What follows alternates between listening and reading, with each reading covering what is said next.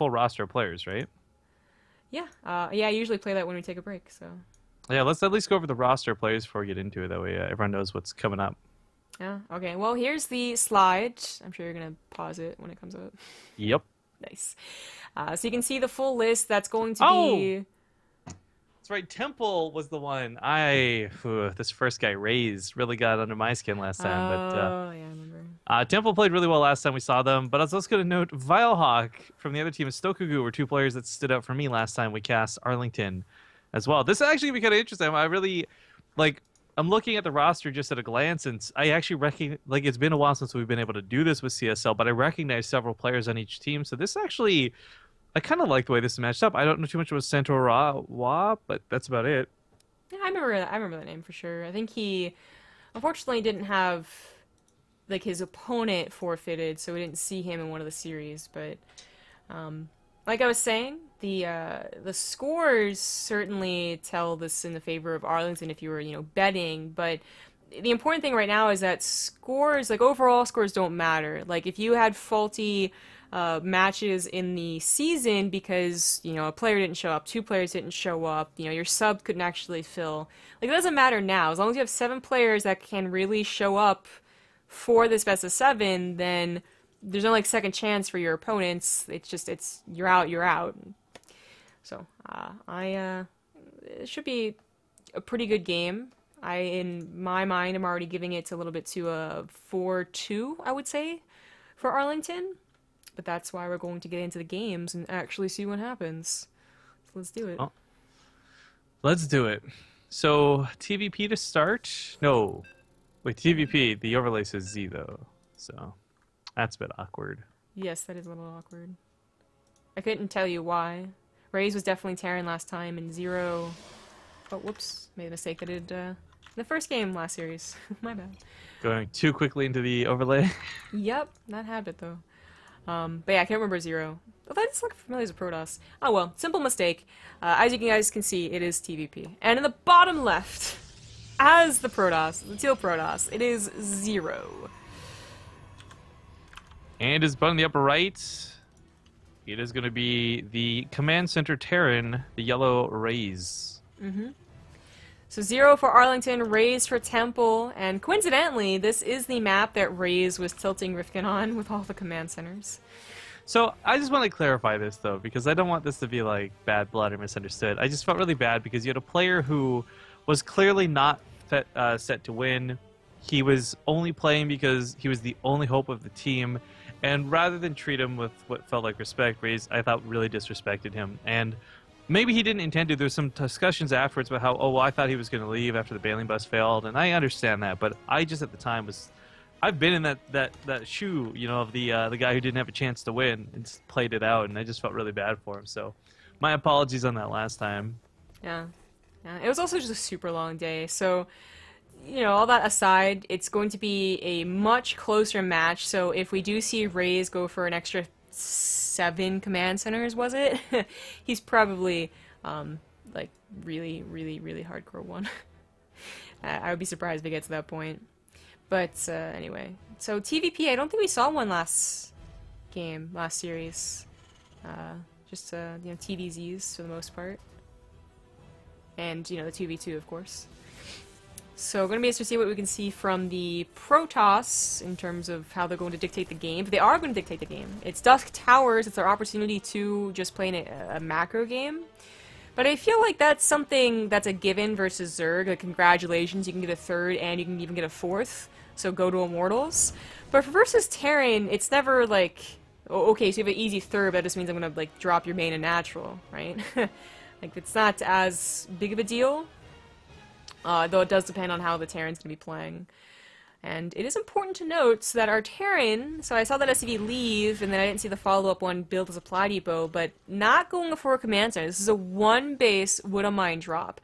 Now, I do believe it was scouted. That probe was in there for a very long time. Yes, it definitely was.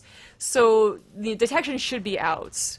But there's still a lot of power to be had in a 1-base Widow Mine drop, especially if there's any follow-up of Liberators and whatnot, if you can control it really well. Yeah. I guess the map itself does have a little bit of tilt-inducing back end, but I think that with the first pylon from Zero being back here, we're not going to see too much of the Liberators get away with anything if they come into play harassingly. But that leapfrog effect has been very painful for main engagements. Wouldn't mind drop. See if it gets too much for scouting. I mean, with the Twilight Council on the way, the question really is what comes paired with this. Most of the time, it's resonating glaives or blink. Rarer occasions we are seeing Dark Templar, but without a Warp Prism being heavily prioritized in these Robo, I don't imagine we see something too cheesy.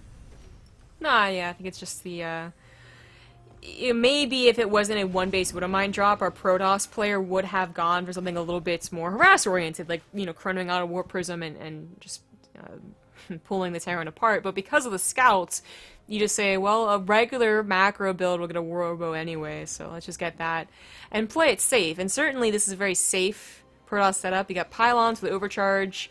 They'll KO a Widowmine, they'll KO a medevac very quickly, and detection in case the Widowmines are able to drop. I'm gonna guess one gets down, but I'm not even sure it's gonna get a shot. This one's not going to. Actually, it is, and he could scan. There we go. Scans. A little bit of a waste for the Widowmine to shoot on that, where the Marines are going to get it, but it's still very important that the Widowmine, where the Observer went down. Yeah, buys more time, and of course the Widowmine might come off cooldown. Now the focus on that pylon was great, going to deny an overcharge. Second pylon also gets focused. Ooh. Ray is getting quite a bit of damage with a very small amount of Marines, and now these Stalkers are going to be a little bit scared. They don't know the timings. Is that Widowmine off cooldown? Is that Widowmine on cooldown? Oh no! Mothership Core flies over top, and the Marines' mistakes are made. He boosts over 4. He's going for a kill. He's going for the kill. Gets the Mothership Core. Widowmine gets a pop off as well. He can go over and save it if he wants to, but this medevac's still low. I do worry that Raze is going to lose it. Sacrificing the Marines is definitely worth saving the medevac if that's going to be the case. Yeah, just shift click on these probes now, save the medevac, and this is some really good damage. Like, really good damage, especially when you consider that it was scouted. So this would have been decent damage had it not been scouted. Like, congratulations, you kind of surprised your Protoss opponent, but great damage for what should have been in, pretty easy defense. So that was a nice abuse of the ramp. Had you gone just trigger happy for the probes, the Photon Overcharge would have went down, the Stalkers would have picked everything off, and you just would have been in for a bad time. But the ramp was a good idea from Raze, who has certainly, made up for the lack of a command center. In fact, he's a third command center already on the way. A defensive setup as well with at least one tank. Wouldn't have stopped him from, being killed by a Blink Stalker all-in, but it's not a Blink Stalker all-in. We do have Blink on the way, but we also have a third Nexus. Well, I guess one of the nice things I'm enjoying seeing is that third CC, just because every time I've been casting Terran versus Protoss, and granted these have been rather epic games, referring to like Polt versus Neeb and Drunken Boy versus Neeb and others. Like, we've been seeing a lot, I guess less about Polt, but we've been seeing more and more Terrans go for this all-in mentality, I guess we'll call it. So seeing a third base come down and not just floating the main over is certainly refreshing in my eyes. Well, we have double forge for our Protoss. It's gonna quickly get him some good upgrades. A Militia Core finally being rebuilt. It's gonna be helpful with the drop defense eventually. And a Templar Archives pretty quickly too. So probably going to be a charge upgrade after this Blink. Not that Blink is ever useless, but of course it is majority for the base defense in the early and mid game. Really starts to fall off in the late game. We don't have Stim, however, for the Terran yet, and that's really where the Protoss has to worry. But it is close to finishing, and this could be a marker for the Terran to start dropping. Well, it's not charged, it's actually resonating glaives. Yeah, and just because we got some people in chat asking about this, again, clarifying, we've moved on from the NYU series versus Berkeley. That did end in Berkeley winning and taking the whole set. We are now casting Temple versus Arlington, and it is currently 0 that represents Arlington and Raze that represents Temple. Quickly checking Zero's vision. Has not seen the third base go on location, but you figure it's around that time. There's been no pressure otherwise, so why wouldn't the Terran take the base? We have a pretty heavy Marauder count to start things off, but only because I think the extra barracks have not yet had their reactors attached. And I guess gonna include some Widowmines. So there's a couple different ways Terrans can play. Now, we are just basically forced into one composition, which is going to be bio and maybe some tanks. But in terms of how we use those units, there's, you can go quickly up to Liberators and just use the bio as a support or vice versa. You do have tank pushes that can be very powerful on Dusk Towers. Certainly Botvinnik, one of the pro games we see in European Cups, has made them look very, very strong.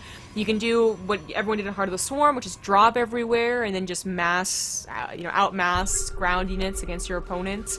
And it looks to be here that we are going to have that Liberator style from Raze, who has already started Liberators, which could be considered early if he was doing any drops or whatnot, as well as a second starport. So we'll see if it's going to be a Tech Lab or Reactor. It's going to be a Tech Lab, and as such we should see a Fusion Core for the upgrade. There it is. And you will have that range pretty damn quick on the Liberators. Now, because it is such an early Liberator build, you're going to have that time where Blink Stalkers can kind of hold on, but eventually you will need to get up to Tempests. They're just going to be the best answer. Once upon a time, we saw Colossus as a weird kind of counter to Liberators, but, that's actually kind of fallen off. So I guess it's hard, though, because we say counter, and you and I know what each other means, and I think a lot of people know what they mean, but when we talk about it, it's more of like an indirect counter and a way to force the game to go a different direction, rather than a straight-up counter. Yeah, because obviously like Colossus counter Marines cannot do anything against the Liberator, but the way they interacted ended up being the response to Liberators, but just not recently. People have, I don't know, they've given up on the idea of Colossus once again, the lost unit in Legacy of the Void. But alright, so attacking at the front to draw the attention while hopefully getting an attack in with a Warp Prism, but absolutely denied with a bunker and a missile turret. This is not the first time we've seen a bunker in the natural on Dusk Towers or Orbital Shipyard. But it's still kind of rare to see it, so it is super peace of mind. I don't know why I don't do it more often, because it's 100 minerals plus 4 Marines, but damn, it's useful. Alright, so, well, regardless of the bunker for the time being, I am looking at this front lines for Zero. That's a lot of storms, but this is not an army that's super susceptible to storms. But depending on how kiting goes and depending on how control is, those storms are pretty good to start zombie grubbing. Oh my god, Marauders are dying to this. Raze was up 20 army supply, now on even footing. Oh my god, he did not... I could have sworn he knew the army was there, but maybe just didn't anticipate that many freaking storms. Look at the supplies, though. They're matching each other 1 for 1. That Liberator, though, is going to absolutely be the Kingmaker if the Stalkers don't die, but they do get to focus down the Liberators. Now SCVs are getting pulled, and Raze is in a lot of trouble, and Zero is looking to take game number 1 for Arlington at this rate. The game's not over just yet, but oh my god, is the damage been done. Actually, looking in the north, what else can he do? Yeah, I think it's just over. I mean, the storms, like you said, that was not a very susceptible army to storms. They could take quite a few storms, but that was like 5 storms in a row. Like, they were certainly softened up, and that's when the Immortals, mind you, really start to get, powerful. A couple of Immortals in a mass army versus a mass bio army, they kind of help, but sometimes you just hit Marines and, what have you, but there was, nothing but Marauders left. They were super low. The Immortals were absolutely king there, but it looks like reinforcements are going to be enough. Zero getting a little overeager. The SCVs do get pulled to deal with this, so he's losing a ton of workers while this goes on. Already up to 41 workers lost, but he stays alive in the game. And again, it may only be the first game in this best of 7, but every point is so critical, so important. They're so close to those finals. This is the semifinals of the CSL. I need to remind you all. There's a lot of potential money riding on this. Yeah. I would love to say that one thing happening for the Terran would be upgrades, but that's not even true. The Protoss are already on their way to, or his way to 3-3, it's not an Archon mode, and has busted up the ramp. There's no medevacs because Liberators have been made, so each storm really hurts the bio, each stim really hurts the bio. Warp Prism. And there was a Warp Prism remade, so that's going to provide instant reinforcements, and this is game. There's actually not enough money to use what is actually pretty good production for the Terran. Yeah, actually, it's kind of like the double starports were one of the first things I took notice to while this was going on, thinking oh great, you'll get a lot of Liberators out if you absolutely need to, but unfortunately that's not the case. A little bit of a sandwich going on, but there's a storm on the Marauders and actually kills quite a few of them. The Immortal could also be shift-clicked on them. SCVs I thought were going to attack, they kind of awkwardly go back to mining, not even. And regardless of if this army is cleaned up, we do have what is going on to 5 bases now for the Protoss. There's going to have upgrades finishing up. Wait, that shows a 1-1 for me. Does that do it to you? No. Where in the... On the production tab, it says 1 and 1 on the 3-3. Oh, I see. It's like frozen out. Yeah, that's odd. Yeah, that's a new bug. Okay, well, either way, Besides the point. Yeah, now they're colored, you know. Back when it was Liberty, these things were like, you could not tell the difference between 1-1 and 3-3. They buffed up the colors in a patch a long time ago, so yeah. It is 3-3, regardless of what it says. I guess it's 1-3 upgrade being made is the confusion. But as we can see, I was looking at all the things that were going well for the Protoss. They actually were cleaning each other up. You know, the bio's gone, the ground army Protoss is gone, but Liberators still exist. Yeah, I mean, Liberators did a great job to just hold the line, play defensive, but despite cleaning things up, the command center is freaking burning. There's 5 bases for his opponent. Raise. Maybe, you know, I'm just going to take shots fired here. He's the one who doesn't know when to leave the game. Oh, shit. It's actually absolutely true, though. I mean, you're at 20 supply. You have done no damage to your opponent during this. If this was 20 supply versus 60 or 80 and it was kind of base tradey, okay, stay in as long as you like. Terrans have come back from worse. But it's, you know, 20 supply against someone on 5 bases. You know it's 5 bases. Like, literally 1 SCV. Yeah, this is certainly game over, and... Yeah, actually, the Tempest picture, it was a little unfortunate because Zero started walking units into these Liberators. I got worried, like, is he going to start throwing this game from a 1 position? But with the Tempest coming out, he's going to eventually force all these Liberators out. And as you mentioned, there's just no money to build new ones. Yeah. I know that Raze is doing a little bit of counter damage with the Liberators, but you know, it's... GG. There's not much reason to stay in, so there's the GG. And it will be Zero taking the first game for Arlington. Arlington fighting. Next up's going to be Vilehawk, though. We actually got to see some good stuff out of this guy last time, playing against a Terran named Centaur-Wa. Mm-hmm. Now, Vilehawk is interesting. I still have yet to confirm this. Maybe chat can actually help me out and I'll actually look. But Vile was a old team. I want to compare them kind of to like an old Team Ascension. So... They weren't super popular and they weren't the best players, but they had a couple of very notable ones. I don't know if he was actually on that team or not, is what I'm looking for clarification. Just a fan. Something unrelated while this goes on. While we've been doing this, some of the awkward lulls have been me trying to get Starcraft to work because I had installed something and I guess it made my program get all glitchy. It's smoothed out now, so that's why that last series was easier to cast for me. But if you click on that thing in the group chat on Skype and mute, I managed to get a 360 video up while this was going on, so that's kind of cool. Wow. Wow. I'm watching. It's you can drag and click, man. We're gonna have some fun vlogs in DreamHack, I'm telling you right now. It's a little weird. Oh my god, your stash, bro. That's right, you haven't seen it yet. Oh no, I saw it. Like, like I checked the stream, but okay. I haven't gotten to, 360. It really pops. Well, I gotta give a shout out to Ryan Shooter. We see him in the chat there. He's one of my favorite people. He's joining us here for the CSL semifinals cast. So hello to you, good sir.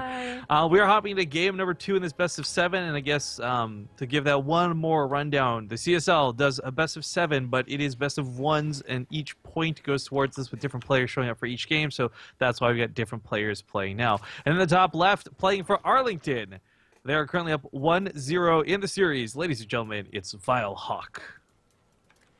In the bottom left, being super interesting, it is the Green Terran Centaur-Wa.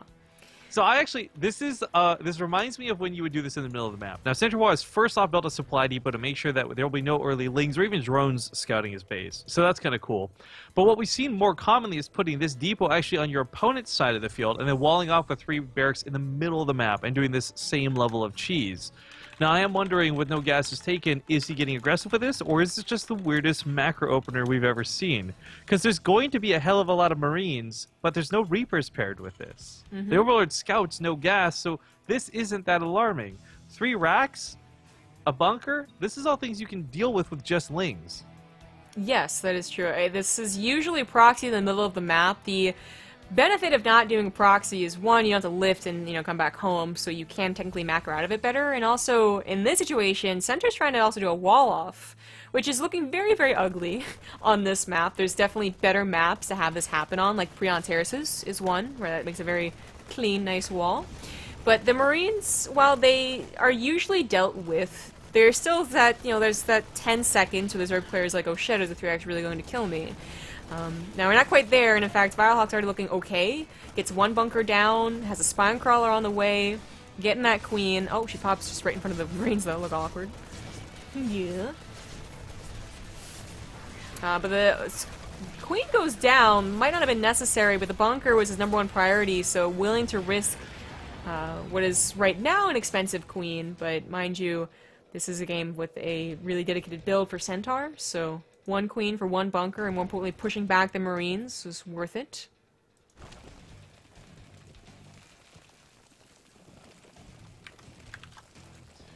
Yeah, the spine crawler is... Oh, almost get your focus down. Never mind. Actually manages to root itself. Now, what's interesting to me behind this, Centaur Wall is actually ahead on workers. He has what is an almost full wall off back at home.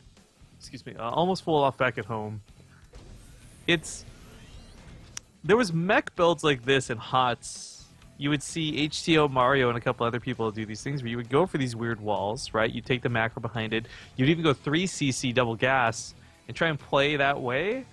But he lifts one of the barracks off, puts a bunker down in its place. He actually probably should have kept Marines here. This seems like a bit of a freebie. That's why he was supposed to be raised and buy him an extra 5 seconds, but oh well.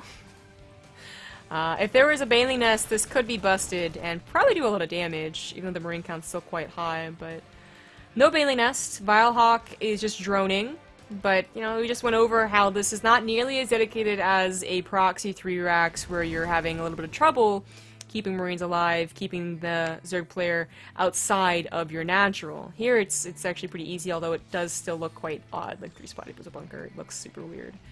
I kind of like, though, that's... First of all, even if Centaur did try and wall off with that 3rd barracks, you know, he wouldn't have had room for the tech lab anywhere. It would have been awkward. It would have been picked off. So I like that he just lifts it, puts the slidey blows down, gets Stim in a very secure location that, you know, if it was a Baneling bust, at least it would have this wall to get through first. And it might just still be a Baneling bust. No, actually, the 3rd CC, or 3rd hatchery going down, sorry, and more drones. This Baneling Nest is just for what is usually an inevitable Marine follow-up. I don't know how many games of all types of pro levels and not pro levels have happened where the 2-racks happened, and you're like, great, I defended against it, let's continue macroing, and then like 30 Marines show up and you have no Spine Claws and no Banelings, and you cry every time. So the Baneling Nest is certainly a very nice safety net, and just a single Ling on the outside should get enough time for you to be alerted to making Banelings if they are going to push at the Marines. I mean, what's kind of funny is the Marine production stalled out while all the add-ons came down, right? But had this just been continued Marine production, there would actually probably be something like 30 to 35 Marines to do a slow push with, and like, I actually feel like that wouldn't be too bad, given certain engagement potentials. But playing the actual macro style for this, my question now reigns in: does Centaur head towards a 3rd base, like at any point?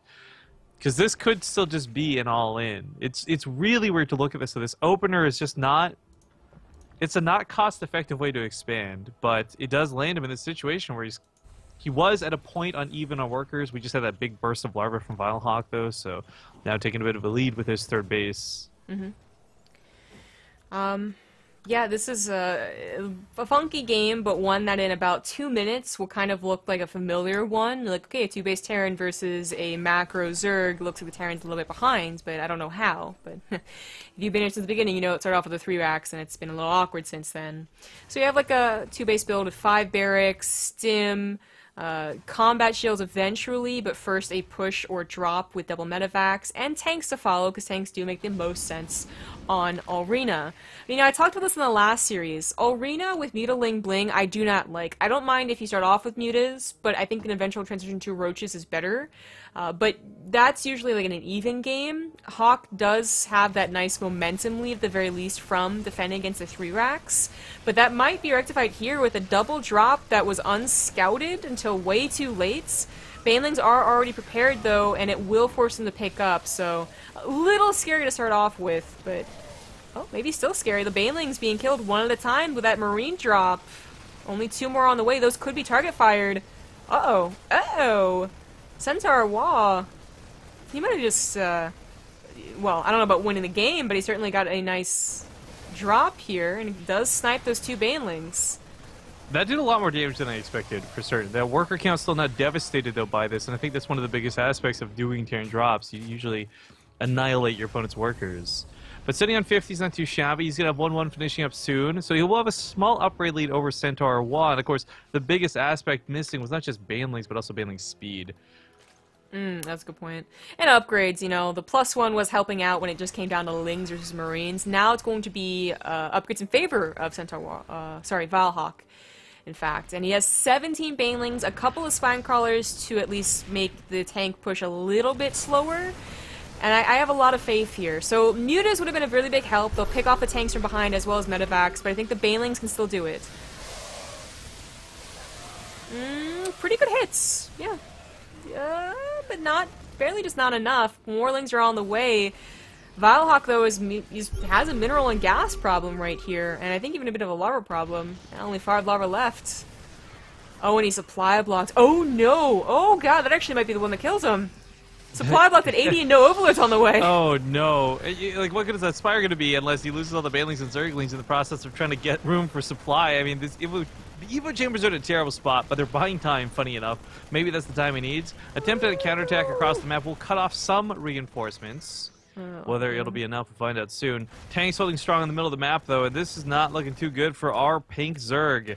That army supply dips down to 24, and there's just nothing. He's sitting here on so much money, but no supply. Oh, yeah. This is so devastating. He realized way, way too late that he was supply blocked, and that's, you know, that is one of the, problems with Arena. It's such a short distance that a mistake like that will cost you, like, bases and huge engagements, because you don't have time to be like, oh, whoopsie-daisy, like, make more overlords. That's also why I don't like this map for Mutaling Bling. Like, you need time not only to get more lings, but also morph them into banelings, and you just do not get that time, especially when tanks are being siege-hopped to abusive positions, like the choke or like this ledge. And now Liberators are joining the fray. I do believe this is going to be game and a tied series. Yeah, it's seeming like that might just be the case. Centaur Wa just a force unstoppable. But Valhawk fighting to the last. Couple banelings, single baneling goes off into the Marines. He's trying to get some more behind this, but yeah, the worst part about this was the supply block, without question. I mean, he was sitting there on like 1,400 minerals, 800 gas. He wanted to make a bunch of mutas, but I don't like that decision because if he made the mutas, it still doesn't help him in this situation. He may have been better off instead of just sitting with all that bank, making every single Zergling into a baneling, and then trying to Hail Mary from there. But I think Valhawk's plans in this game are really what hurt him most, even more than that supply block. Well, pushing back the 3-racks really, it worked, it happened, but the 2-base follow-up is always a scary build, especially on such a short map, and Hawk does go down. GG. GG. Alright, I'm going to join the lobby for the next game, but then I have to go get my cat inside as she is sitting on the top of my air conditioner currently. Okay. It's up now. Alright, I will be right back. 1 second. I have to change my overlays to 2v2, as we are going to Sludge City. Because he's already in the lobby, let's just go with it. Alright, so we saw a 2v2 earlier. Pretty good one, actually was a surprisingly long one, considering that a lot of 2v2s in general, like, are below 8 minutes. And here we are. Let's get rid of that bar. Let's get the score up, now tied up. Let's get into game.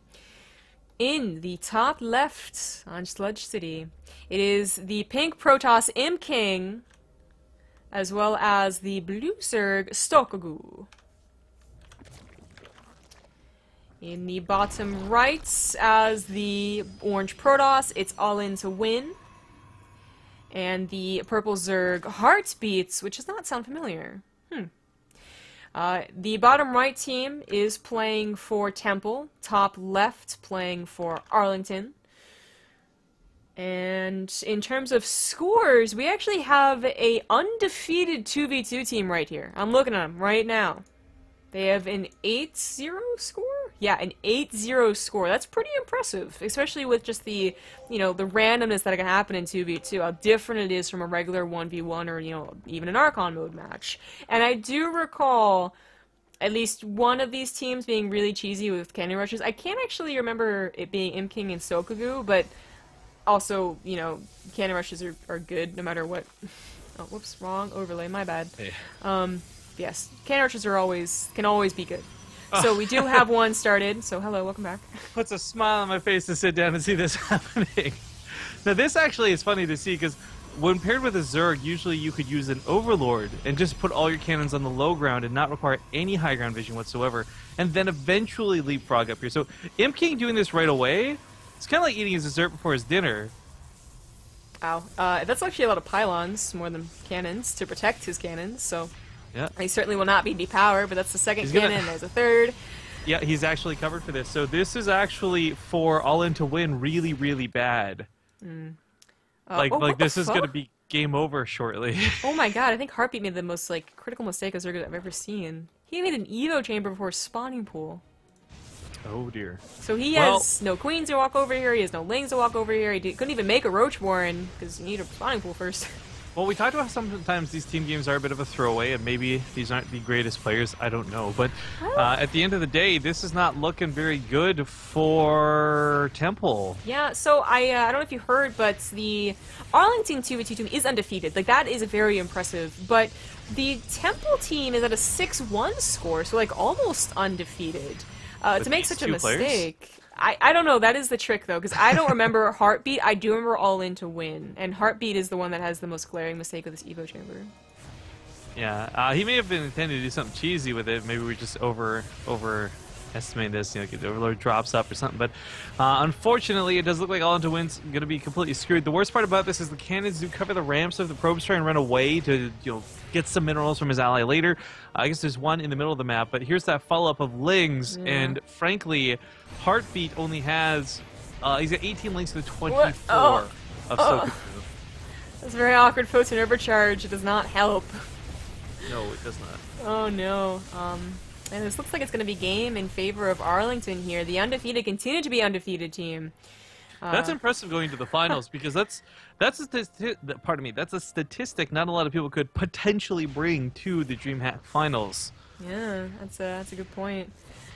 Of course, this will put them in a lead of 2-1, but they still, you know, there's a lot more to fall back on, including a potential ace match, which we've been kind of spoiled with in the playoffs. Seen a lot of really good matchups. There you see the alerts. The Nexus has actually gone down, and while Zerg has some potential to carry in 2v2, it usually comes with later tech, and I'm mostly thinking of mutas, mind you, or maybe like Tunneling Claws Roaches. Without that, I cannot see Heartbeat bringing it back and giving his teammates the minerals to build a Nexus. He has one probe, by the way. I'm actually trying to find it. It's like in the middle of the map, too. It's not even doing anything. Pings go down from him even saying, hey, look at me, I'm over here, I'm still Gucci, baby, but it's not going to be the case. Failings erupt, but, oh gosh. I mean, even just turning this into a 2v1, even if Imp King wasn't doing anything else, which he is, but even if he wasn't and he was just feeding money to Blue from this point on, that would put them ahead. Uh-oh.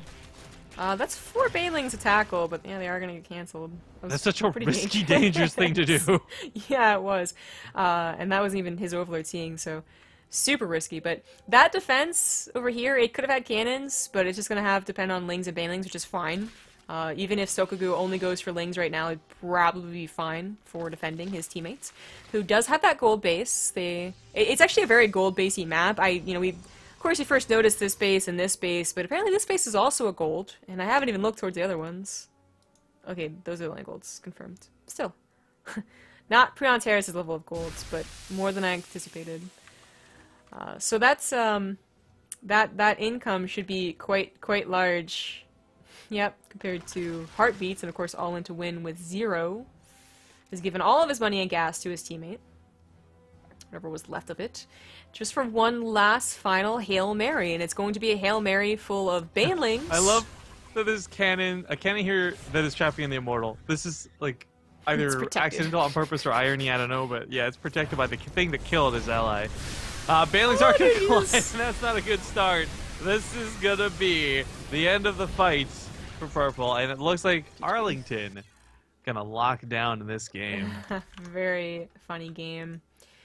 A lot more we're used to when it comes to 2v2s. We're going to get a rematch coming up next with the Archon mode, though. Zero and Raze, who played that very first series today, will both be refacing each other in this Archon mode match, but with I guess, different allies. We got Centaur Wa, who already played for Temple, helping out Raze, while we've got Squirtle now joining Zero here in the Archon Mode match. That is incorrect. We have Imp King. Imp King. Yes. Well, good thing this overlay has a lot of useful information on it. Yeah. Zerg, yeah. that is Zero, by which I mean Protoss. I just feel like whoever made these has something against Zero. See each other try and warn us on Skype, but I forgot to relay that information. Oh well, it is going to be a TVP, and we're going to get into it right now. An orbital shipyard once again. I was going to mention that because Imp King's the guy who just did the cannon rush. We just watched this. This guy's got tactics for sure. We'll see if they've got the micro capabilities to accommodate said tactics. But, ladies and gentlemen, in the UT Arlington versus Temple best of 7 semifinals for the CSL, we find ourselves going into game number 4. In the top right side of Orbital Shipyard, we've got the combination of Centaur Wa and Raze. In the bottom left, as the Teal Protoss, it is Zero and Imp King. So Imp King, I like the cannon rush tactics. It's kind of funny because if you guys don't know, there are actual cannon rushes that you can do in our effective versus Terran in 1v1s. But what I love already seeing about this team is that we know Zero has the capabilities to beat Raze. We've already seen that once. The follow-up question is, though, like, the combined efforts of, like, the maniacal genius of Imp King and the control of Zero, is that too much for our Terran team to handle? You know, certainly...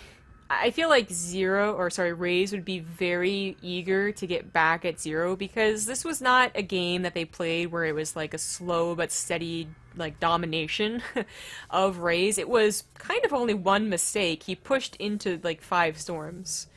And you have a game like that and you're just waiting to meet that same guy on ladder, because you're going to be like, look, I'm not going to run the storms again. I can definitely win, or hopefully I can win. And certainly with a micro partner, whether he is that micro player or not, you will not, ideally, be running into those storms. But it is a very similar map to Dusk Towers, which is a little funny. Orbital Shipyard, obviously with the in-base expansion, really kind of easy third to take. The shares some similarities, but not it's entirely similar. The 4th base, a lot more difficult to take if it does get to that stage. A couple more abusive spots as well for Liberators, although they're both like equally good maps for Liberator builds, which we know that Raze is a fan of. And certainly can lend itself to any style of Terran play, whether it is drop-focused or Liberator-focused or even a tank push-focused. And the Reaper does come back to kill the Probe, so it's just being a little bit too obnoxious. The pings. Over here! Look over here! Send the SCV in over there! Yeah. You didn't scout well enough down there! Actually, if we check the vision, it looks to be the case. So the Reaper probably going to head that direction, as the SCV didn't get much past the gas. Now, it's not bad that he didn't see anything, but he also didn't see anything important either. He saw a lack of a second pylon, which might be worrying. It's in the back, but nothing to actually worry about. Didn't even see the Nexus. That SCV kind of sucked. I know, it was just butts. It was just butts. Like, overall, at least see the Nexus and you can get some confirmation. Because even if they proxy after a Nexus, like, it's like a full minute later, you hopefully have some defense. Regardless, the Reaper will ideally get into this base eventually, and it's, you know, kudos to it still being alive. They get a 1v1, it's already died to the Adept. But an Adept and a Stalker are out now, which is a little interesting. The Adept's going to go across the field, Stalker's going to stay at home.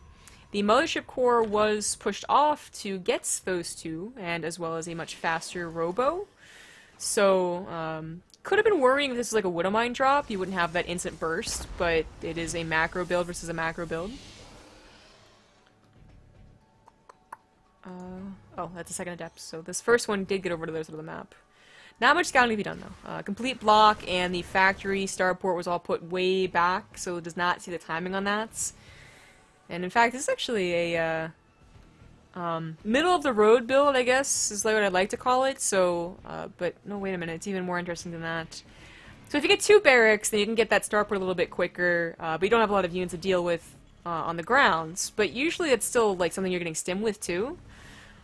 To see a reactored factory this early with no stim on the way is odd. So I guess he's going to Widowmine drop and then consistently build from those 2 barracks production. We'll go for faster medevacs? I'm still wondering where Stim is. I feel like that should be prioritized over additional medevacs here. Quay? Well, we're gonna pay more attention to that later.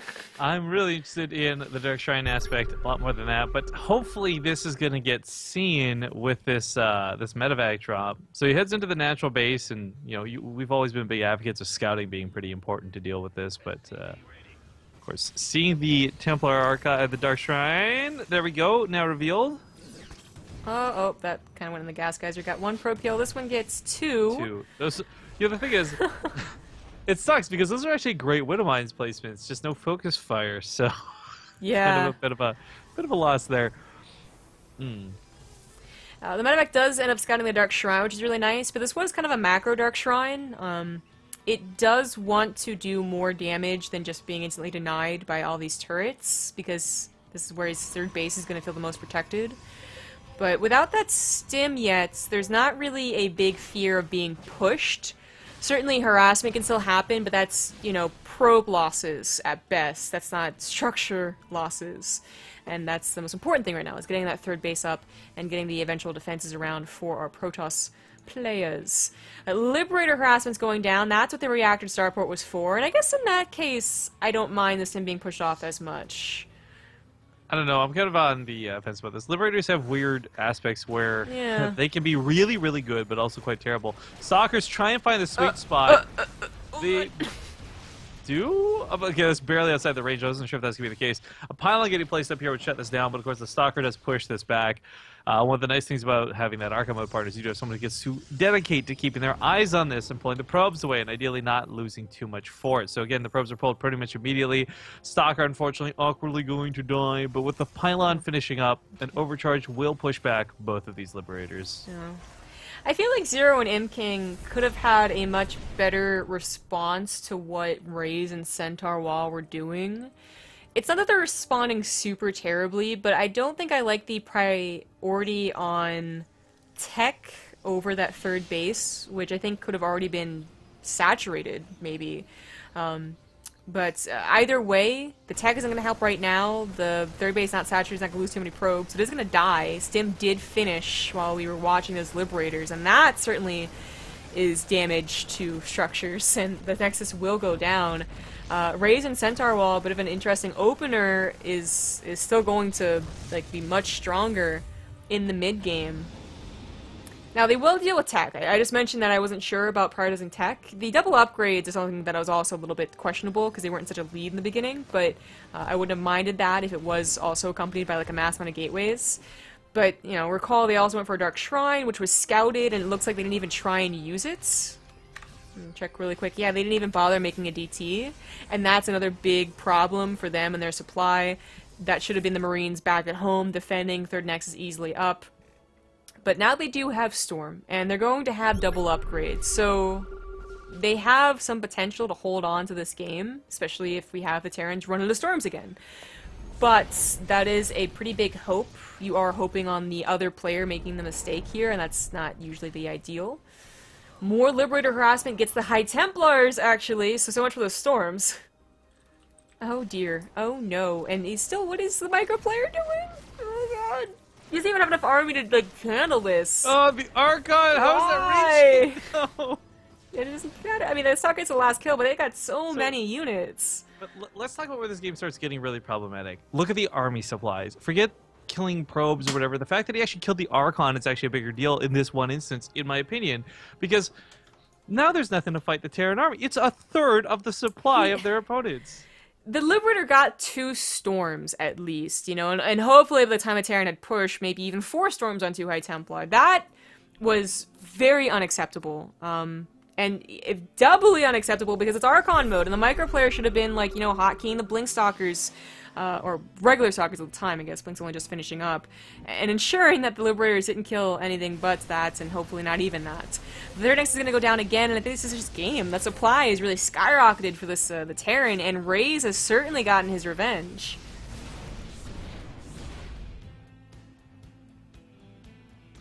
I mean, revenge is always a nice thing, but also is putting points on the board for your team. So I think that'll tie it up, right? 2-2 if this is going to go. Oh, actually, the Yes. storms are pretty good. Maybe we're speaking too soon. Splits are okay out of the Terran. But no more storms where that came from. And Overcharge is going to try and hold the ramp. The Archon sadly merging in a terrible location, and all my hope disappears. Yeah. I was a little bit worried for the storms, truthfully, but that's also enough production that even if this army dies to nothing but storms, still fine. Lots of production coming up, another starports, fusion core on the way, 4th CC. I guess a Warp Prism did try and do some damage. We had not a lot warped in though, so I don't know. Certainly still no Dark Shrine, no Dark Templars were used in the making of this game. It's very questionable. And the Warp Prism just awkwardly. So what you're saying is they're dying, but with dignity. Sure, yeah, they're gonna try and do the old dirty tactics of Protoss and come back with a Dark Shrine, but damn, their High Templars are really trying to bring back this game. They just got 2 full metavacs. I know, this is insane to me that they're even having a fighting chance, much less that it's actually going this way, but the Adept Army's starting to win out. They push this back, but it's still without a third. So as glorious as these little micro-engagements may be, there's no counter-attack going on. The Warp Prism's not doing anything on the other side of the field. It's like a Phoenix sitting inside that third base, so, I mean, I'm still thinking this is going to be game for the Terrans. Yes, I do believe so. But the High Templars have been true heroes here. Right, so actually, let me ask you really quick then. Was this... Okay, well, this game, GG. Was that to the greatness of the Templar to the mistake of the Terran, though? Mistake of the Terran. Like, they... Yeah. 10 seconds of the medevac not moving. Storms hitting the units, but... Okay, so that's going to be a tied series. 2-2. We're going to go into the Archon mode match now. I love that, by the way, we are literally... the 1v1s. we did a full best of 7. We're halfway through another, and this is all in the time it took that, like, to get into game 5 of that last one last week. Like, yeah. The difference of cutting out the players is phenomenal. Yeah, isn't it though? So sorry, once again, it is just going into the 1v1, something but 1v1s from now on. Yes, but this is also perhaps a little bit easier for people to follow because there's no more gimmicks, and it is the stuff that I think you're all expecting to see when it comes to StarCraft. Mm-hmm. Oh, shout out to the Nova Covert Ops missions portraits for Tesla. Kind of cool to see. Yep. Let's get into this in-game screen. In the bottom right, as the yellow Protoss, it is Tesla. And I guess you could say stuck, unable to move without rescue. In the top left side, it's going to be the Orange Terran Stranded. Stranded playing for Arlington, Tesla for Temple, tied 2-2. And Prion Terraces is the map. So with that in mind, I think Tesla could have a very strong attack here, if that's how he's going to play as a Protoss. I don't remember enough of Tesla's name to be like, he's a macro player, he's never going to cheese and never going to all in. I don't think I've really ever identified any player in the CSL as someone who only cheeses or only all-ins, except maybe like, I guess Imking does like forge cannon rushes Cannons, a lot. yeah. Yeah, but I mean MVP I don't think I've seen cheese too often, but I'm pretty sure he at least did like a proxy racks. Ew! Oh, I got an answer real quick from Tesla. That proxy. Okay, so first off, regarding whether people are cheesy or not by nature, that's fine. Who cares? Whatever. That's your prerogative. But it's really interesting to see this come down on Prion Terraces. Now, I think everybody looks at this map, and the first thing they think of is how can I use this gold base to my advantage? Not how can I stick on one base and all. So that proxy, I'm guessing for a Stargate, but we have been seeing a couple of instances of Robos become popular once again, and showing just how quickly Terrans can be torn down. So this probe over here on the right side, I'm really curious what it's going to place down. Everything here looks like the setup for a Robo, in my opinion, rather than a Stargate. Well, he has too much gas now. It's gotta be Stargate. If you do a Stargate, it would go like more to the north, I feel. If it was a Robo, I would argue it would go right here, though. So I guess like we're both... Well, we'll find out in a second. The Cybercrawl finishes up. I mean, either way, we know it's a proxy, and it is going to be a Stargate. So, well, this isn't the closest distance. It's worth noting, Stranded also had a gas stolen from him.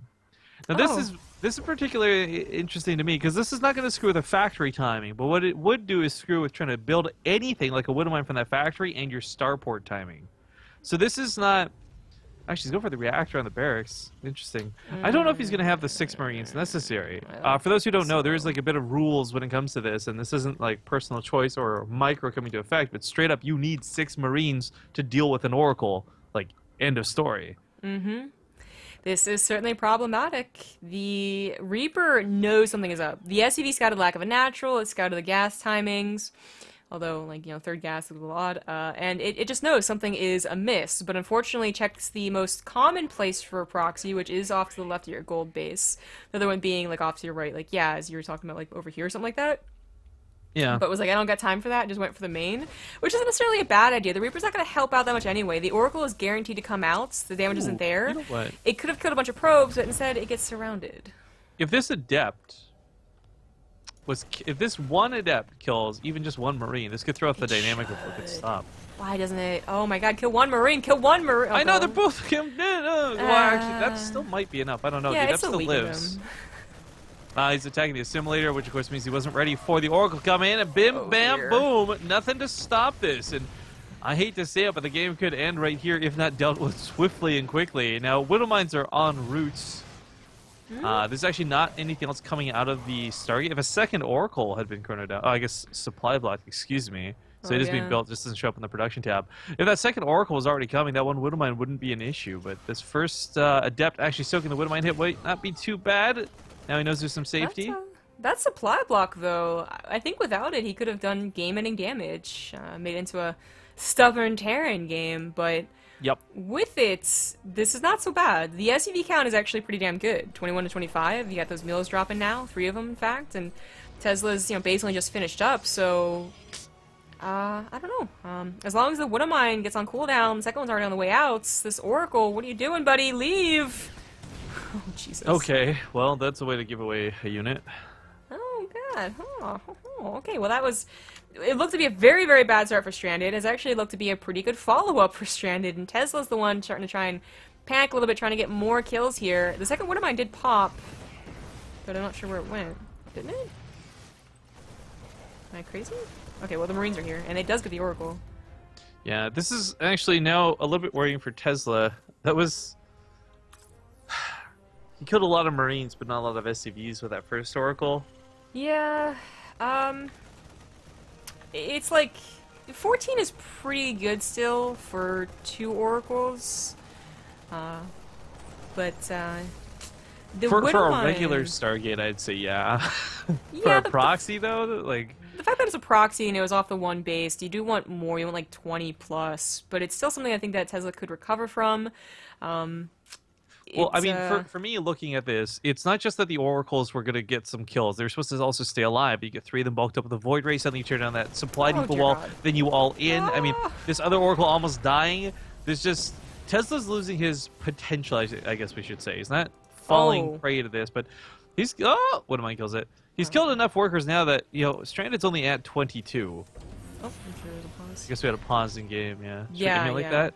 It was less the follow-up damage on the SCVs, although now it's a total of 17, and more just the fact that Tesla has been chronoing probes for the last minute and a half. So, yeah, that probe count is a lot better. The income, which is not available here on the graph because of replays, is probably much in favor of Tesla, too. As I believe the SCVs have taken... Yeah, they're not even transferred to the gold base, so it's not even saturated. I was going to remark on these cannons for defense, and I was like, I don't know if I like them. They feel a little bit too safe, you know? But I guess he was really worried about these Widow Mines, and rightfully so. A single Widow Mine drop of 3-4 Widow Mines could have destroyed his very important gold mineral line base. And cannons, they wouldn't stop all 3 from burrowing, but they would help and obviously provide detection. Oh, stim finish, you just turn on those stalkers, like, hey. But that's them again, though. Stalker's pretty quick.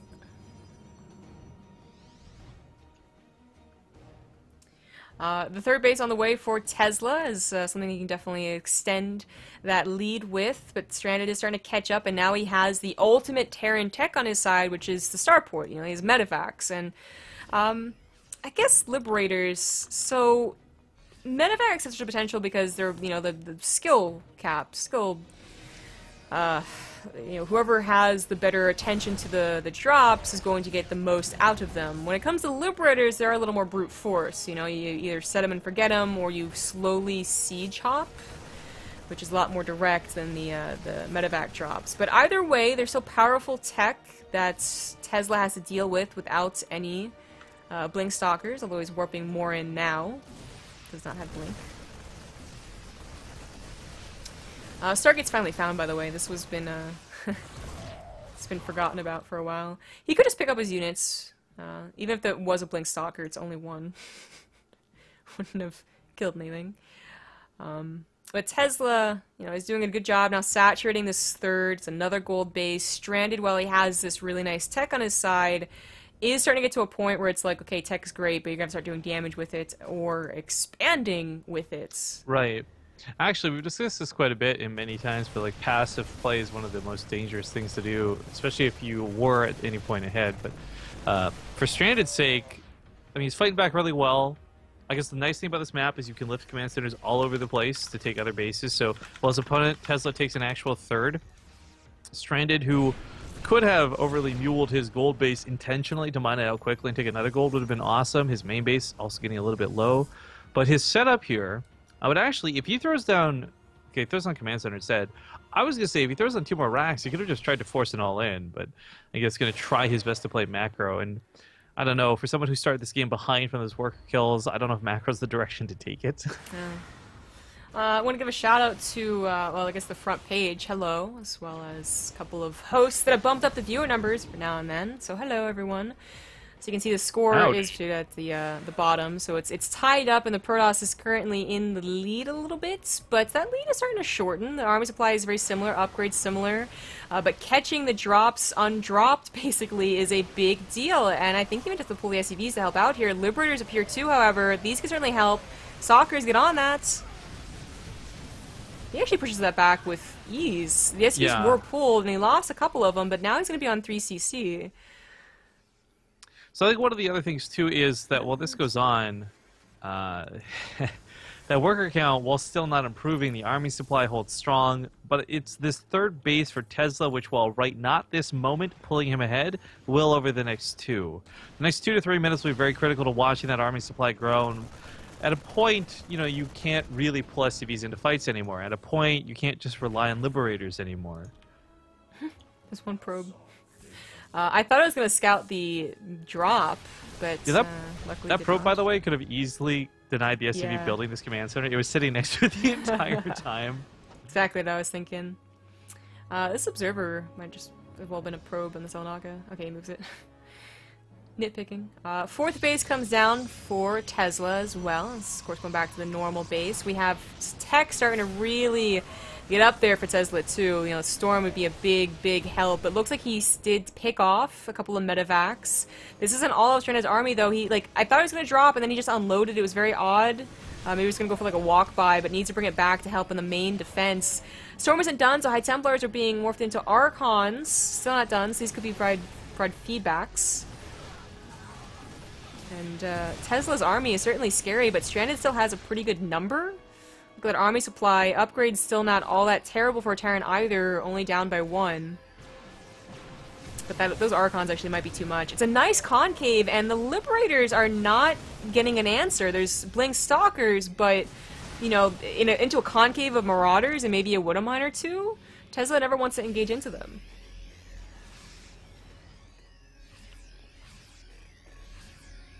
Well, Tesla, it's got different angles in which you can attack from, as we're now aware of. Yeah, It's like, oh, you're looking over there, let me just go this way. Blinks away and tries to walk away from this army. You know, though, these Liberators are being an honest-to-God problem. Oh, no. Okay, well, solve that. Until they start giving themselves away, yeah. On top of this, though, 3-3 is going to be finishing in a bit for Tesla, and I feel like, well, we haven't had any interaction of them so far. Oh, these slow warpins are painful. Oh, nice. Well, we haven't had any interaction from it so far. 3-3 charge lots? Sorry, I guess 3-2 charge lots even would destroy this Marauder heavy army. I think the attempt to constantly go for depths is going to cost Tesla a bit of a mistake, and hopefully recognize that sooner than later. Now, he was missing Storm for that engagement. If he had backup High Templars, look, there's only one, though, I would not be worried at all. But with only one available, I am a little worried. Upgrades are still, you know, running along for both players, so only that one deficit. Liberators still being pumped out. 4 medevacs is a pretty okay count, although they are starting to run low. and that can be a major factor as the battle continues. But, you know, Stranded should be... Oh, he actually made a 4th. How did he even afford that? In fact, I even think that making a 4th is probably a bad idea, using those minerals to build an army, but he's actually banking anyways. Regardless, he'll be able to take a 5th with his orbital, and his 4th is not to be worried about. It's going to turn to a planetary. So the army did move back. 38 SCVs, you know, not really mining is okay for 2 bases, or 1.5, 1 3/4. Upgrades finishing up for both players as well, so it is 3-2 versus 2-2. Storm, again, a potential problem, but Liberators, you know, in high enough number, and I'm talking in this game, like 6 and above, will probably trump Storms, as long as they don't stack. I want to say that, but that reminds me of that way the previous TVPs have gone so far, and Storms has proven to be a little bit too good to handle. But I am looking at the level 3 weapon upgrades, and considering that there's no ship weapons, normally we see Stalkers blink underneath these, and they barely don't finish them off in time. It should be very easily for Tesla, even with the small amount of Stalkers he has, to actually snipe off each of these Liberators individually. Mm-hmm. Well, here comes the main engagement. The Archon's got underneath this Liberator, but the second one not so much, and the one Archon just gets obliterated. But there are those Storms. The splits have got to be good. The Concave's got to be good. More Liberators, but oh no. Oh no, he doesn't have any room to split. But the High Templars, well, they stormed that missed Liberator. The storm. Yeah, I guess too much focus on the Liberators is also a bit of a problem. Yeah. The Marauders constantly beating this back, I think, is definitely, again, showing the issue with the composition Tesla's going for. I mean, Charge hasn't even been researched. There's a lot of mistakes going into this that I feel could be easily amended, but we're getting to this point in the game now where, okay, Tesla's going to be on 5 bases, but with no charge lots, no Tempests on the way, you can't go only blank Stalkers. You will lose this game, and not to the Liberators, but to the Marauders underneath them. So I was checking, and you do have an armory. Finally, the Liberator upgrade occurs, but the blink is good on the first 2 Liberators. The other 2 on a ramp, however, are 3 on a ramp. That Storm. Storm was pretty good, and the rest of the Liberators are taken out without doing any shots whatsoever. Again. Yeah, this might just be game for Stranded, who did, like, he was coming back his entire game. He was almost holding on, but Tesla does end up taking it. So, nice bit of a lead there for Temple. Mm-hmm. Now we're going to game number 6, going to be on Lerlac Crest. Potentially the last map here. Yeah, if Temple takes this game, if Mr. Squirtle here can't bring it back, I guess we had MVP earlier, now we got Squirtle now. If Squirtle can't bring this back, it'll be all over here and now. Mm-hmm. But again, just that, I guess, disclaimer. This is not any form of a Korean ringer being brought in by Arlington. This is just simply the guy in the bottom left, the blue Protoss, Squirtle. Squirtle, squirt. In the top left, as the red Terran, it is Sam Crow.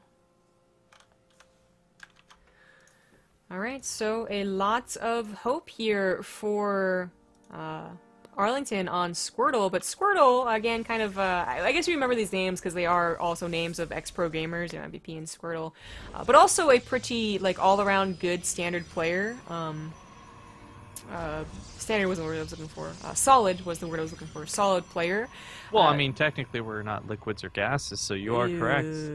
This is something I learned in school, and I didn't even go to university. Oh, Quentin, yes.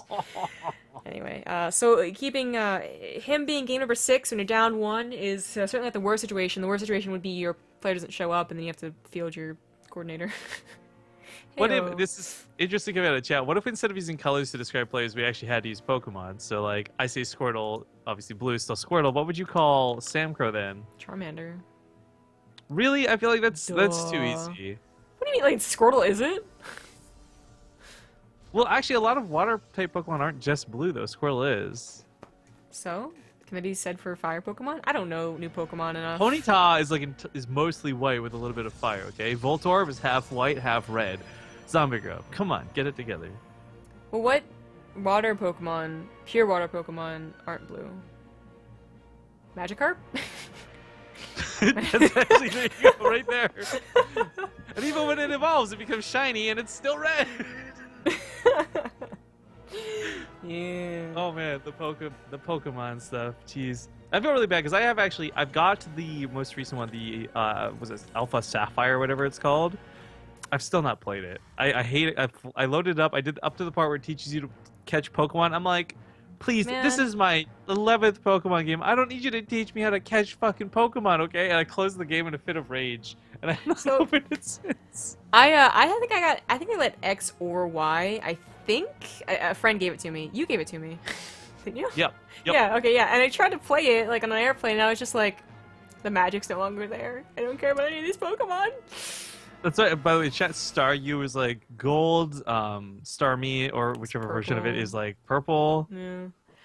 Oh shit! I was gonna bring something else up and I can't remember. Slowpoke is pink. Oh, I was gonna say my friend tried to play Final Fantasy 12, and the first level, well, besides like the prequel, I guess, or the pre-story, prologue, that's the word, is you killing rats, and she had the same exact reaction you did, where she was just like, nope, I don't care. I'm a veteran, sir. Don't you understand what that means? This isn't my first rodeo. I wish there was, like, I know there's a couple of games, but I don't think I've seen an RPG with an option to be, like, skip the tutorial Babby Me stage, because it's supposed to also include you in the story, Babby? but it's like...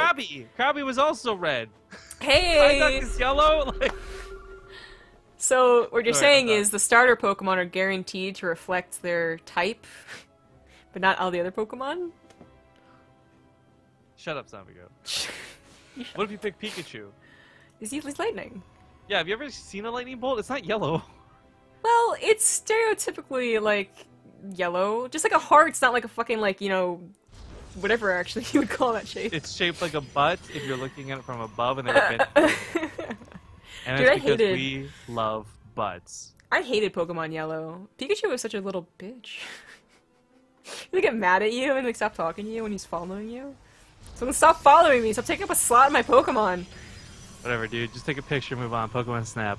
Oh, Pokemon Of course, Snap's we get away with talking about some of the silly Pokemon shenanigans because, well, this is a very important match, and again, this could actually be the last one in the favor of Temple. Should Sam Crow actually win this, he's not gone for anything too extravagant for an opening. Squirtle has, however, in the most recent moments, placed down 2 proxy gateways. So this Widowmine, it's going to scout a decent amount of gateways, but truth be told, 5 gateways in the main, it's not that weird to see. The Chrono on the Twilight Council might be a little... At the natural, I mean, it's...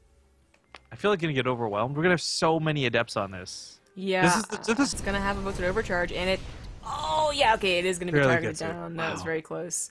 Even gets a second one, I guess, in case the medevac took a sharp upturn. But you're right, 5 gateways isn't too suspicious, but the position of them kind of is. If this was like 3 over there and 2 over here, I guess 1 over here, that wouldn't be such a problem. But it is 6 plus 2. So well, there's another issue coming into Sam Crow's getting Liberators out. He's getting a bunker down. I mean, technically he should have a defense, but this bunker's... At the natural, I mean, it's... I feel like going to get overwhelmed. We're going to have so many adepts on this. Yeah. This is just the first warp in over here, guys. Attention that Liberator going on the offensive. It gets around top of the bunker. Oh, and actually surrounds us so the SCVs cannot physically connect to it. That was clever. That's very clever. The Liberator actually comes back home, so even though Sam Crow was like preparing against something with a second bunker, apparently was not prepared to, you know, defend against that onslaught very quickly with that surround. But then sends Liberator back on the other way, I guess, realizing that maybe killing probes would be more useful because eventually the Adepts will just go around your Liberators if they can, but there is a wall off on the main. They just go underneath the Liberator, so they are going down. Gotta walk away from that. Just walk away. Okay, there we go. But now a tank is out too, so that's gonna be a lot of splash damage, but oh no, it's in range. Pick it up, pick it up, pick it up, pick it up. That Liberator, by the way, has gotten 7 kills. Yeah, but it's also gonna die. Not that Liberator, the one, other side of the map. Yeah, so it stopped harassing because there's not any probes there. So that's still some pretty solid mining for Squirtle. But obviously a little bit less. I mean, look at the current income, though. I mean, a couple of workers denied is nothing compared to an entire base being shut down. Yeah, Samco might just lose here. His defense on one base is... almost unbreakable, especially if you get in the siege tank, but without a second siege tank, without the Liberators being piled on here, I think you could just brute force it. That's a little kumbaya circle going around that siege tank, by the way, just like, Oh. Make sure to give him your strength and prayers, guys. Keep that Yeah. tank alive. Obviously, the mule hammer is going to be less and less effective as you're going to mine out. Maybe trying to take a hidden base, but even if he floats off to the right, the gateways would see it. So, problem. Yeah, a little bit awkward. Squirtle, on the other hand, does take care of that Liberator. Cost him a few more stalkers than I think you wish he would have given away. Kind of like, lesson learned, you should put the pylon behind the minerals, not in front of it. Yes, certainly for Squirtle. The SCV transferring down here were... oh, why? was Just why? questionable. Yeah. It's very, very questionable. He's actually... So this is a problem, because he wasn't in a position where he was pressured to take this base just yet. Given another 4 or 5 minutes, like, yeah, you're screwed if you don't have a natural base. But there's no need to immediately do that. So losing more SCVs, I don't know if that was worth it. He does mule this like crazy, though, and he's going to finally get some money going. But Sam Crow's production limits him more than his minerals do. And his supply. Oh, that supply block. Oh, that Rifkin level supply block. Yeah, no supply depot started Both yet. players. Just gases. Oh, both players, please. Okay, Squirtle noticed it first. Combat shields does start. I guess it's more important to notice, I guess, than supply depots, but hopefully he does notice soon. At least they're on a 3rd CC. There's no point in banking minerals. 3rd CC, 2 more barracks. It's all going to come down eventually, so why not now? Squirtle, by the way, also should be throwing down a 3rd Nexus. Kind of as soon as possible, and then covering that with as many pylons as possible to just get that solidified position. A little mistake on his gas geyser. But, you know, his army, it's powerful, but it is... small, you know, 1 or 2 micro mistakes with the siege tanks and you could just lose the game really quickly. Only 1 Liberator should be targeted down by the Stalkers. The tank does go down, only 1 is saved. This tank goes down too, and that is going to be game. Wow, okay, so... I mean, it's not over the leaves, but that means we're going to go to the ace match, right? Hell yeah, So Squirtle bringing it back. All right, go Squirtle. Now, the question really does come down to who is the ace match, because interestingly enough, there's no preset for this. Normally, this is where it gets really awkward for us. We got to wait around 40 minutes for each player to pick their one and this, that, and the other. But thanks to the fact that it's replays, we're just going to be able to hop right into it. Yeah. So GG, congratulations to Squirtle for bringing it to the ace match. His team was hoping for that. And we're going to see... Oh, God. Well, unfortunately, as good as Squirtle is, he can't play again, though. He played in the Archon mode match, so he'll be ineligible for no, the he ace. Didn't. Remember, it was your mistake. Right, on the overlays round. Yeah. Or, sorry, not your mistake. The overlayer's mistake. Oh, he played in the Archon mode match, didn't he? It was the 2v2 that was mistaken, I thought. No. Or no, maybe I'm wrong. Whatever, I don't care. What is it? You've got the replay. Just tell me. It's Tesla versus Vilehawk. God. I'm sorry.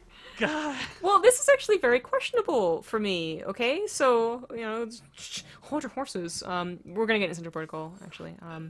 But, why Vilehawk is a very serious question I have. I mean, I don't think Vilehawks necessarily showed us terrible games. I don't think he's actually... Okay, so this is just gonna sound like me, like, ragging on Vilehawk, but I don't know how many games he's won that we've cast, to be honest. Well, my point for following this up before you had mentioned that was going to be, it also might be the only option. Again, maybe they could have brought Squirtle out. Maybe not. Whatever. But we know that Zero played twice. He played at the start of the day, and he played the Archon mode match. So they got the rematch versus Raze. And no one else on the team really stood out to me. So, with the exception of Squirtle being questionable, as why not, Vilehawk does seem like the only other option, perhaps, at Arlington. Yeah, I guess that is a good point. Raze and Centaur Wall look strong as Terrans, but they were used twice, and that was... Yeah, that was kind of it. Well, regardless of what my bias stick is coming into here, Hawk and Tesla both have a lot riding on them. Now, Tesla is a GM. He played earlier, didn't he? Oh, Tesla, sorry. Yeah, I'm we already looking at the. Tesla, yeah. I was looking at the wrong team. Wait, what did he play on? He was the one that was not Squirtle in the Archon mode, wasn't he? No, I'm looking at the document I was given. Well, you know what? Then we're just terrible casters. I don't know. I don't care. Yeah, I'm really confused because I could have sworn we saw Tesla. Well, regardless, he is GM. and he is available, so we see him in the ace match. So one, I guess, other important to note, we actually did note it, but just to really hit it home, is that this was not something that they could prepare for. So, you know, it's a possibility that in an even match, one player could be better when it comes to just surprises, basically, you know, if they're typically like a more aggressive, cheesy, different player will be better at handling odd situations. And that could be true for one of these guys. Like they had actually really good all-around skill, or maybe finally, you know, Hawk is actually really good versus Protoss, but not versus Terran, and is really, really glad that coincidentally the other team threw out Tesla. We're gonna see. Central Protocol, I kind of mentioned it when we were getting into the map. I was like, oh god. Because it's an ugly map, it's an old map, it was changed, so no back rocks, if you weren't aware. But it is one that's going to be very difficult for Protoss to get to third base, or should be if the Zerg pressure is on point. So, you know, it's a map where I thought maybe it would have led to a lot of 2-base all-ins. Not so, it just leads to just really, really safe play into that third. You know, very careful, very skilled Protosses could get a third, could get a fourth, in fact. And I guess that's going to be where Tesla's going for now. Only up to 3 gateways, kind of diagonal wall off here. Well, hopefully not dying to a wall off, though. You know what I'm saying? Hey, yeah, I don't think it's gonna happen. I mean, a Ling all-in on the old Different Protocol would have been not quite a free win, or a Roach Rouger, what have you, all-in. Would have been very effective, though. But with the new one, I think it's actually more of a Warrior Blink Stalker all-ins. That's actually more versus Terran, though. Versus Zerg, Blink Stalker all-ins are all about the abusive position. So if this was Ruins of Saras, which is in the map pool for CSL, but wasn't shown in this week's matches, that would have been a dangerous PvZ map. The Adept does get a full scout, so she's probably going to die for it, but I do believe it is worth it. I saw the third base as well. Oh, she's gonna die. Rip. Okay, so Dez inside the base. For Vilehawk, though, has he scouted the Temple Archives of the Dark Shrine? I don't think And so. that looks like a big Stark no. Yeah, even if an Overlord went through the main right now, you just figure like you missed it. You missed the Robo or something. Right, like even going into the main is a little bit awkward because Tesla, with so many gateways being spread out the way they are, you can like, okay, maybe I just missed one of the extra 3 gateways and this is normal. To have this be in the bottom left, I mean, there are some players out there who do systematically and regularly check corners randomly, it seems, in games. It's not because they're map hacking. They just know certain players are more inclined to do this. But Tesla, can you get away with this? Spore crawlers are coming down just defensively inside the mineral lines of Vilehawk. Currently, that layer finishes up in a second. So the surprise element of stealth, I don't think is going to win him this game, but he still might get damage done with this. Yeah, the Spore Crawlers are a great choice for when you're just not quite sure what the Protoss is doing. They'll cover you versus a Stargate you couldn't scout, and of course versus a Dark Shrine you couldn't scout. Although Overseers would have just barely been available as the layer finishes up. I do also want to drive home another point in that Temple was actually the team that was at 3-3 overall, and Arlington was the 6-1 score, so to actually get to the ace match here, and Tesla, I feel, being the stronger player of the two, although maybe Hawk can prove me wrong, is kind of impressive.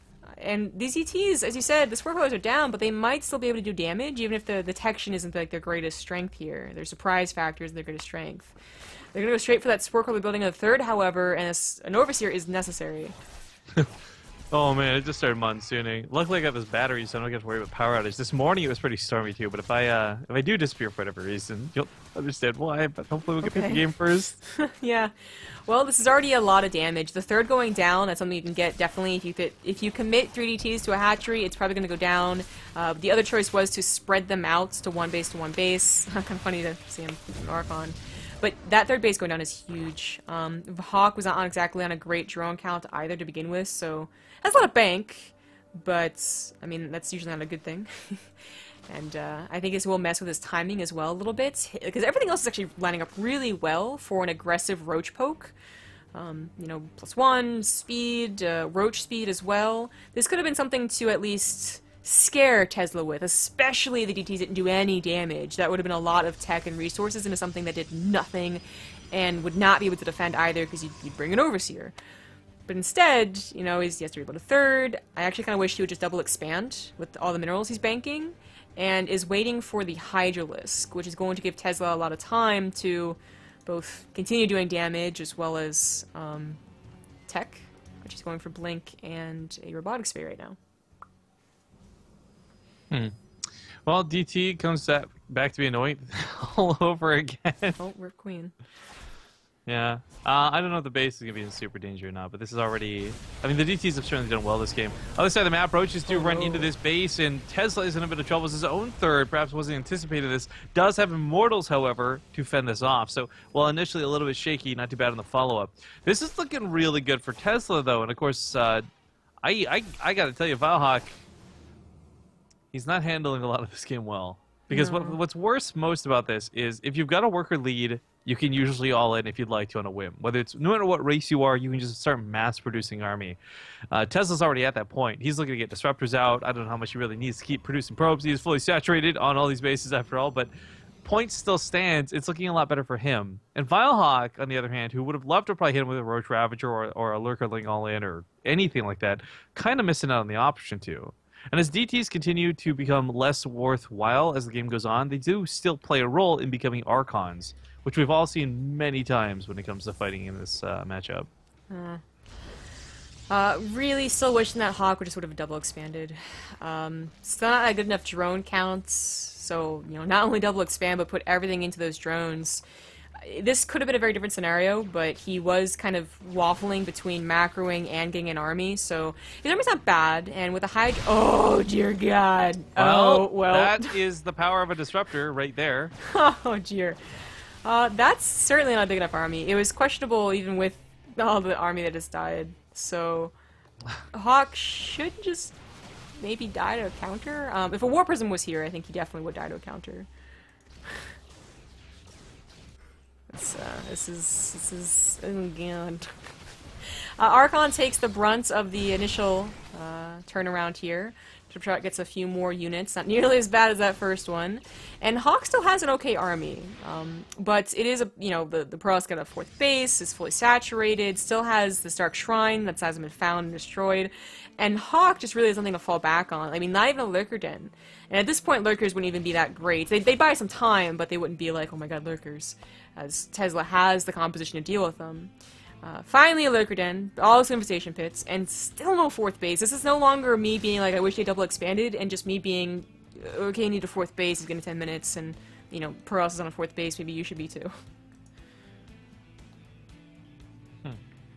Well, I guess, on one hand, the army supplies look similar, 87 to 87. On the other, the type of army supplies are very drastically different. These disruptors completely scare off that Zerg army.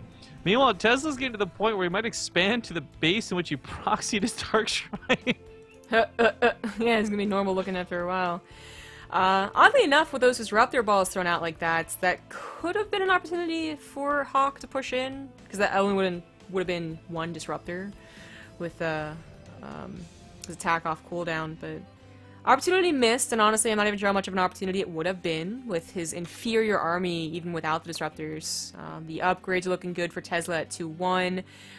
Mass playing Stalker isn't actually the scariest army, but it can last a very long time. And then, of course, a couple of Immortals to bust through those Roaches. This is when you need Fungals, you need Lurkers. Ideally, you would have Hive Tech and thinking about maybe even a Greater Spire at this point on 4 or 5 bases. And once again, Hawk is banking so much money, I really wish he would just expand. I guess it is finishing up now, but it's a case where I guess Tesla is going to give him enough time to get to perhaps a maxed out army with his own maxed out army, but his will be significantly better as a composition. Really looking for the fight. Pops a Guardian Shield. Does he have detection? No, I don't believe he does. But even if he doesn't, those disruptors. Oh, they get Fungals, so maybe not. The disruptors can be pulled back and used on top of the Lurkers. But Vilehawk showing us just why Arlington wanted to bring him back in that ace match. Sick moves out of him, but this. Oh, the Infestors are out of juice at this point. Wow. And they're going to fall back. That was an impressive defensive engagement for Vilehawk, who has been decisively behind in a significant amount of this game. Now, upgrades still continue to rise for Tesla. His bases continue to expand. everything still points Tesla in this game, but that was a damn good engagement out of Vilehawk. Yeah, yeah. And I really wish Hawk could somehow capitalize on this, you know? If it was that engagement plus a Ling drop to this fifth base, killing the tech, killing the base, you know, maybe Ling drops over here, there's actually a lot of opportunity for the Zerg player to be the best Zerg player possible, you know, just units everywhere. But Hawk is not thinking about that. He has a very brute force composition, you know, the Lurkers and Hydras, I guess a handful of Lings, but not upgraded, and nothing actually being upgraded anymore. If Vilehawk could just spend the rest of his bank, okay, he does, 10 more Hydras on the way, he still has an army that can fight, especially with any Fungals. And against Pure Bling Stalker, it can fight too. But there are a couple of Disruptors. Not a lot, and still an Observer. Can Tesla really throw this? Okay, well the Lurkers go down to a couple of Disruptors. Fungals aren't here, the Lurkers got a burrow, man, they're just gonna be picked off. Okay, so he's down to 2-3 Lurkers. This game has gone not at all.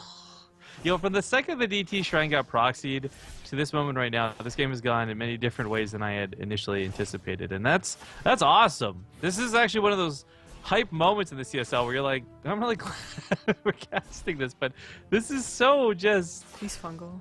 Oh, okay, there's an overseers. Yeah, bottom right side, yeah, he does clean up the DTs. But I was going to say, this just has not gone the direction I thought it was going to go at all. And this is such an important damn game for all of this to be riding on so heavily. Mm-hmm. It is. Tesla's probably, well, for the last 5 minutes, it's probably been a little bit like, haha, I'm going to win. Otherwise, processes, for the most part, don't aggressively expand like this. But also his composition, which has been fine for the most part, especially when he had that large number of Disruptors, is starting to get a little bit questionable as the growing Lurker counts.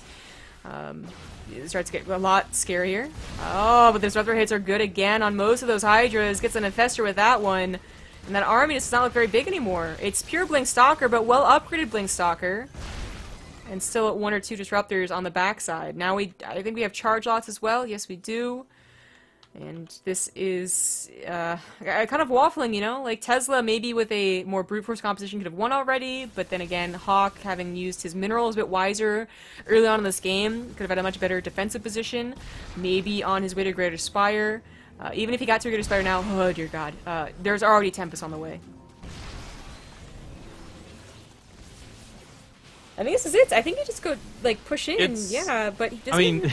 He does. The Lurker, as I say, if he doesn't have an Observer, maybe the Lurkers do win this, but the Lurker's going down where it's the last chance, and unfortunately, Vilehawk's left with no army supply. Taps out.